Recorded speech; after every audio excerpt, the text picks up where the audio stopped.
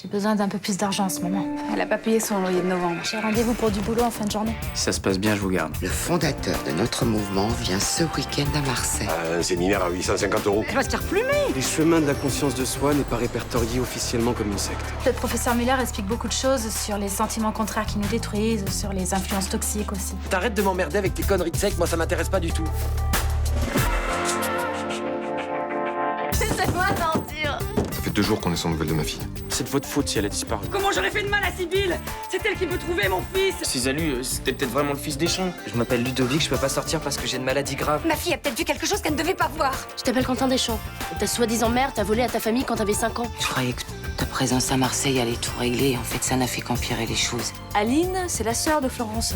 Ils avaient l'air assez proches. Tu penses qu'Aurélien aurait couché avec sa belle-sœur? Je veux plus vivre. On est vraiment bien sans elle. Qu'on soit noir ou blanc, si on tend la main pour elle, la vie est plus belle.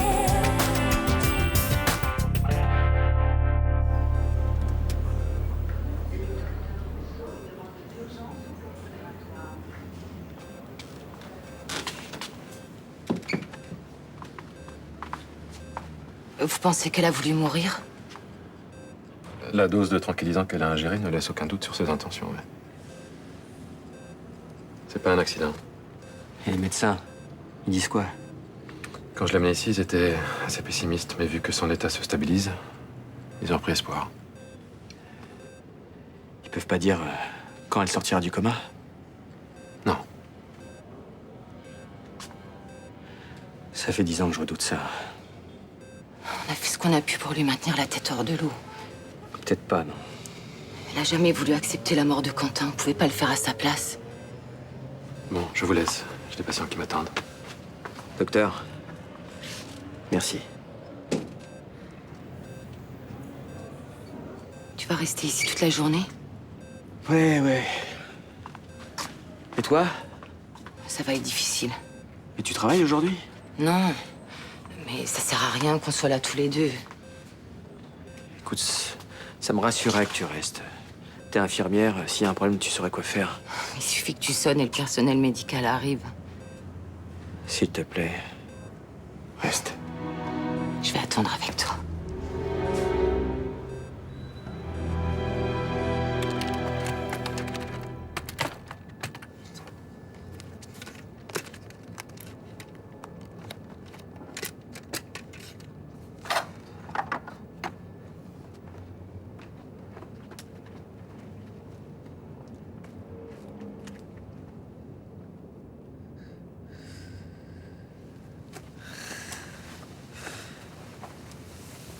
J'étais en train de rêver de toi. On était sur un banc tous les deux.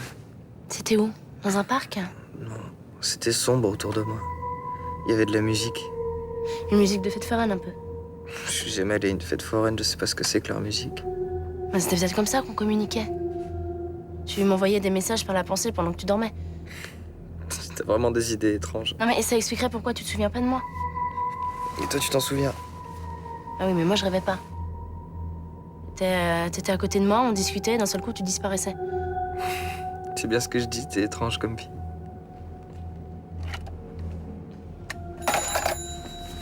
Qu'est-ce qu'il y a? Qu'est-ce que tu fais? Il est 10 h, j'ai toujours pas eu de nouvelles de ma mère. Elle est peut-être partie. Mais non, tous les matins, elle vient prendre son petit déjeuner avec moi. Ne stresse pas, elle va revenir. Mais non, elle a jamais fait ça. Elle est vraiment en train de te rendre barge, quoi. Si on part pas d'ici tout de suite, tu vas finir complètement cintré. Tu vas fermer ta gueule, oui.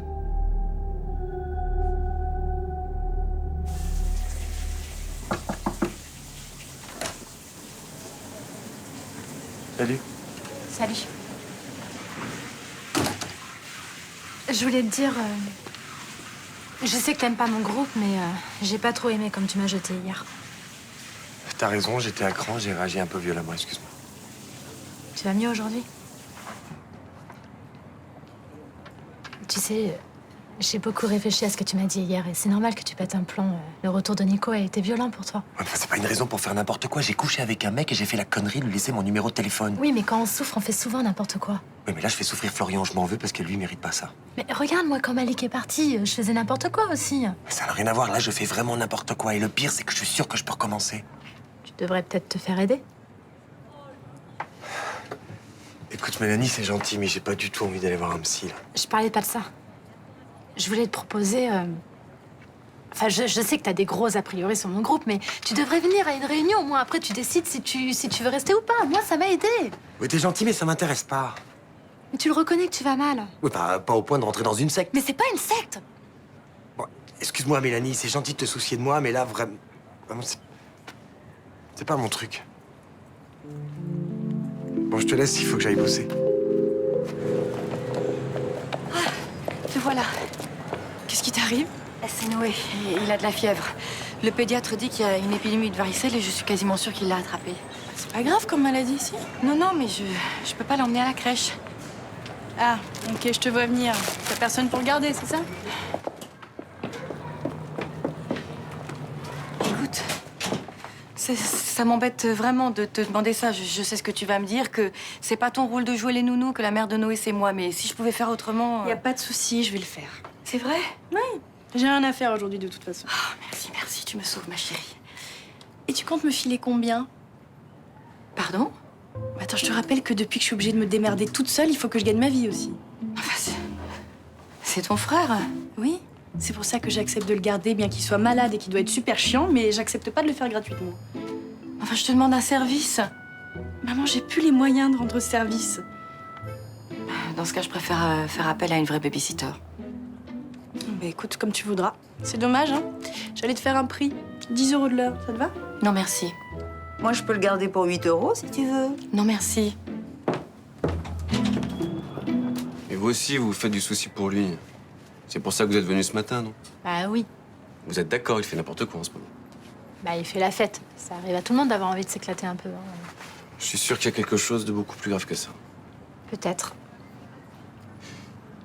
Il vous a confié quelque chose à vous? Non.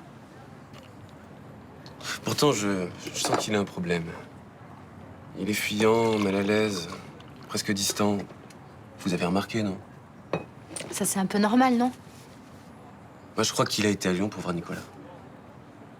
Moi, je crois pas. Hein. Enfin, il m'a pas du tout parlé de ça, non. Non. Bon, je sais que vous êtes très proches et qu'il vous parle beaucoup. Vous êtes certaine qu'il vous a rien confié? Non. Concernant Nico, je vous jure que non.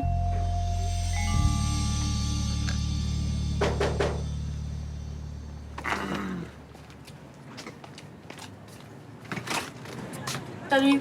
Non, je suis désolé, j'ai passé la nuit à l'hôpital, j'ai pas eu le temps de déjeuner. Comment va la femme d'Aurélien? Toujours dans le coma. À mon avis, elle va s'en tirer.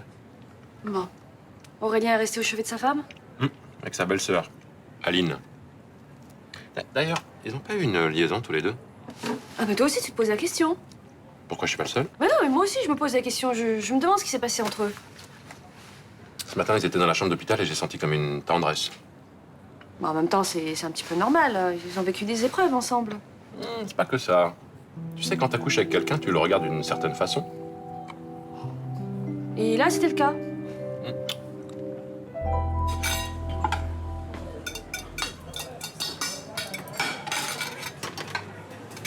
Roland Narcy?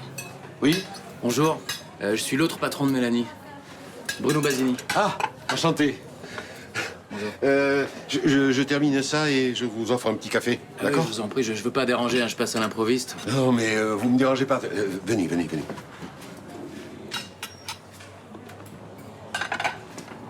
Bon.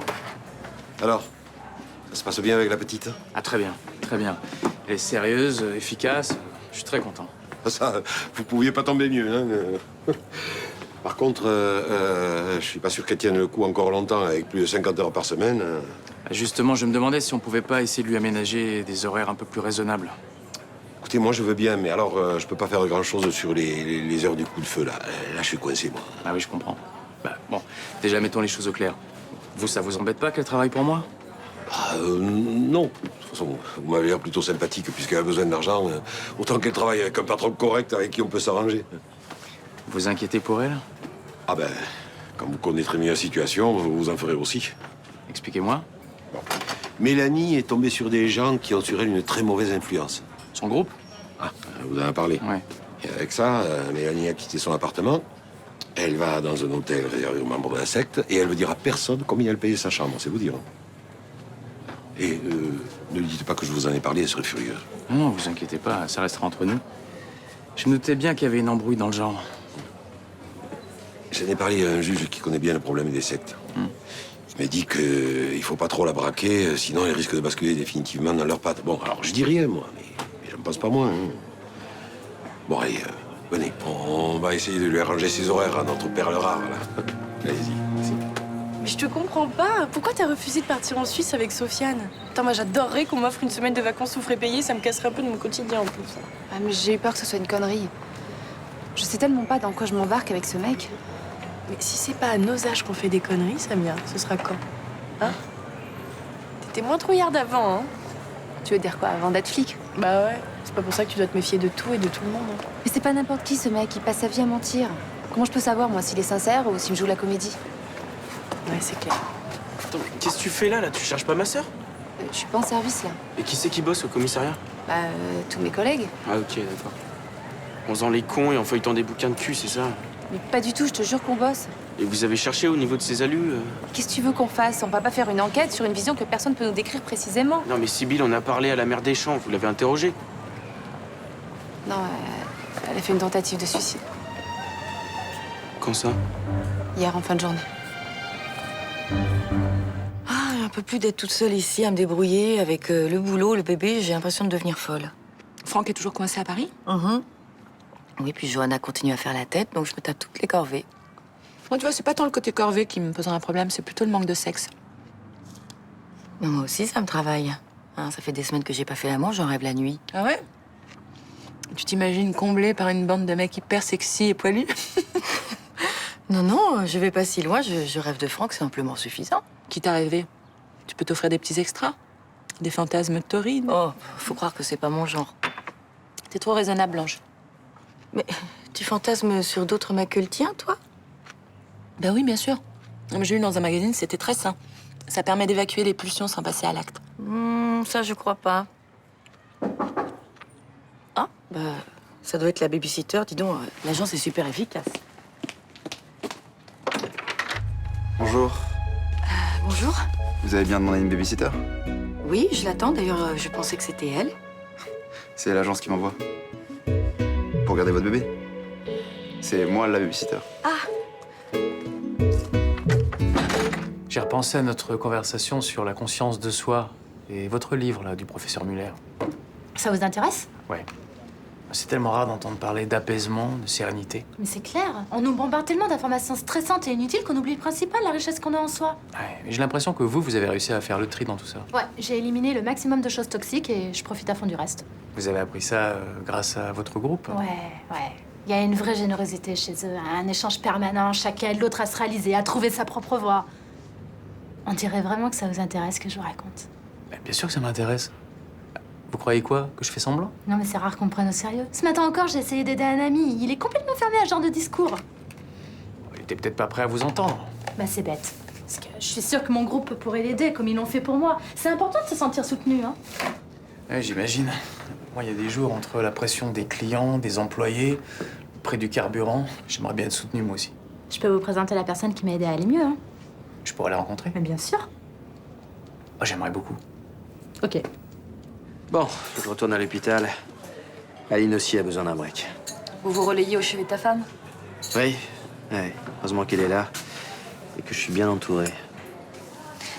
Aurélien, je vais te poser une question qui va te paraître déplacée, mais j'ai vraiment besoin de savoir.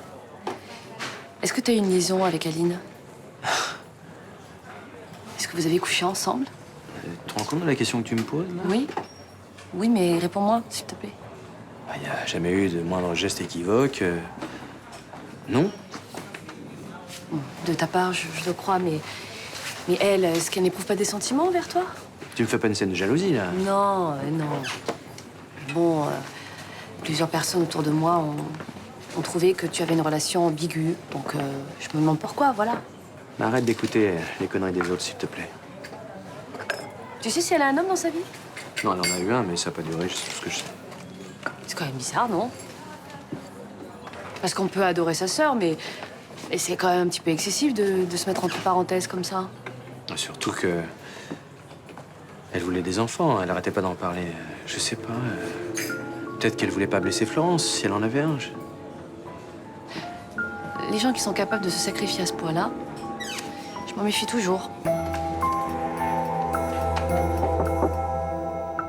Ouais. On n'a toujours pas de nouvelles. Comment tu te sens? Pas terrible. C'est de ma faute si Florence Deschamps a voulu se suicider. Non, Raphaël, je t'interdis de dire ça. Et pourtant, c'est vrai. Hier, je l'ai pourri et je lui ai dit que c'était de sa faute ce qui se passait avec Sibylle. Je suis toujours obligé de dire des conneries, là. J'arrive pas à fermer ma gueule. Écoute, c'est pas toi qui l'as obligée à prendre les médicaments qu'elle a avalés. Bah, presque. Non. Un adolescent de 17 ans n'est pas responsable de ce que fait un adulte de 40. Et si elle s'en sort pas? Tu trouves pas qu'on a déjà suffisamment de problèmes comme ça sans se soucier de ceux des autres? Si. Bon. Allez, viens.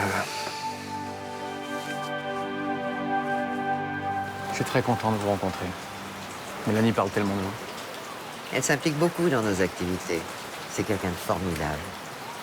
Elle m'a dit que depuis qu'elle faisait partie de votre groupe, elle se sentait apaisée. Oui. Et j'en suis très heureuse pour elle. Merci. La paix intérieure est la chose la plus essentielle à atteindre dans l'existence. Je suis bien d'accord. C'est pour ça que je voulais vous rencontrer. Vous savez, j'ai une vie assez stressante. J'ai des responsabilités, une entreprise. Et j'aimerais beaucoup trouver la paix, moi aussi. Vous en ressentez profondément le besoin? Oui. Vous vous sentez capable de donner autant que de recevoir? Oui, bien sûr. Vous êtes quelqu'un de très indépendant, monsieur Basini, n'est-ce pas? C'est vrai. Vous dirigez seul votre entreprise? Oui. Quels sont vos liens avec votre famille? Je comprends pas. Pourquoi vous avez besoin de savoir ça? Je suis sûr qu'ils sont très solides. Je me trompe? Non, c'est vrai.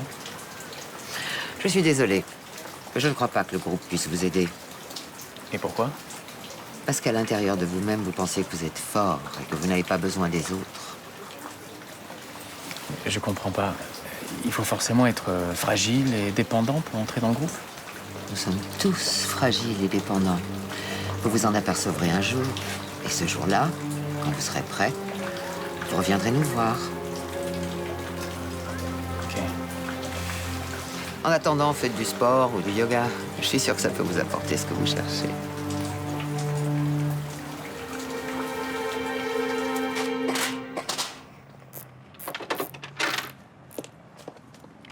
Bonsoir. Bonsoir.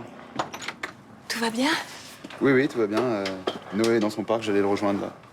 Vous n'avez pas eu de problème particulier? Non, non, aucun. Noé a mangé, il a fait sa sieste.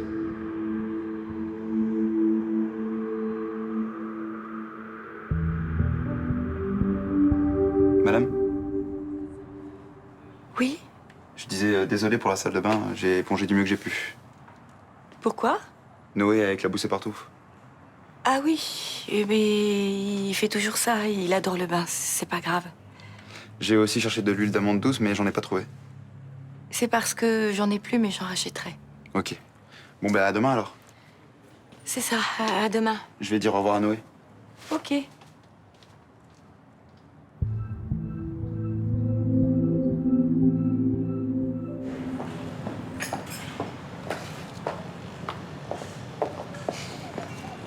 Alors, comment ça s'est passé avec Bruno? C'est une personnalité intéressante, quelqu'un de sensé, très intelligent. Pourtant, quelque chose me gêne chez lui. Quoi? J'éprouve un certain malaise en sa présence. J'ai l'impression qu'il cherche à cacher quelque chose. Bah, je sais pas, j'ai pas eu cette impression, moi. J'ai trouvé plutôt ouvert, non? Oui, son discours semble l'être, mais je crois pas qu'il soit vraiment franc. Tu Tu vois, j'ai eu l'occasion de croiser les gens qui t'entourent au Mistral. Ils m'ont carrément rejeté. Oui, Roland t'a même insulté. Oui, c'est vrai. Mais sa réaction était saine. J'ai apprécié sa sincérité. Et tu crois que Bruno n'est pas sincère? Non, je pense qu'il n'est pas complètement franc, non. Mais je veux pas t'influencer. Hein, tu es libre d'accorder ta confiance ou non. J'espère seulement que cet homme le mérite. Peut-être que je juge encore trop les gens sur les apparences. Hein. C'est pour ça que je me permets de te mettre en garde. Tu as beaucoup progressé, mais tu es encore fragile. Il faut que tu te préserves des influences toxiques. Et tu crois qu'il en fait partie?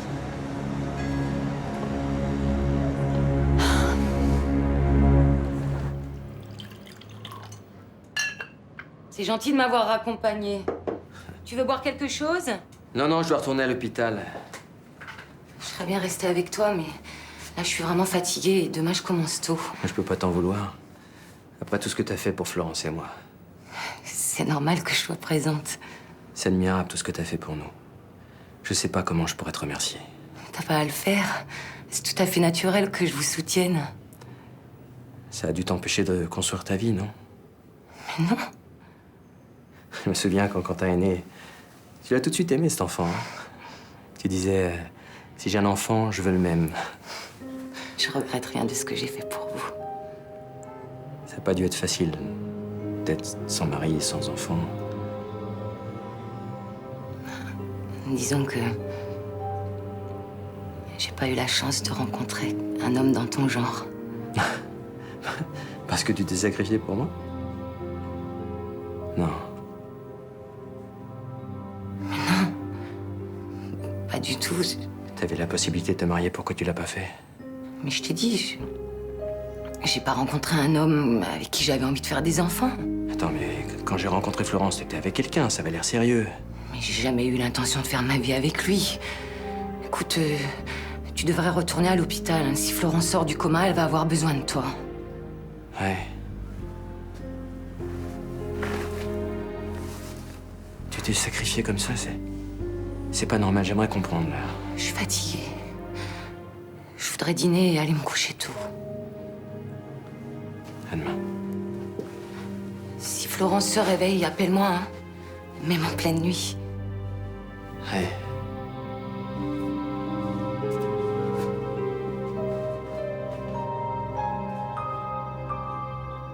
Je comprends pas, ma mère m'a jamais laissé seule toute une journée.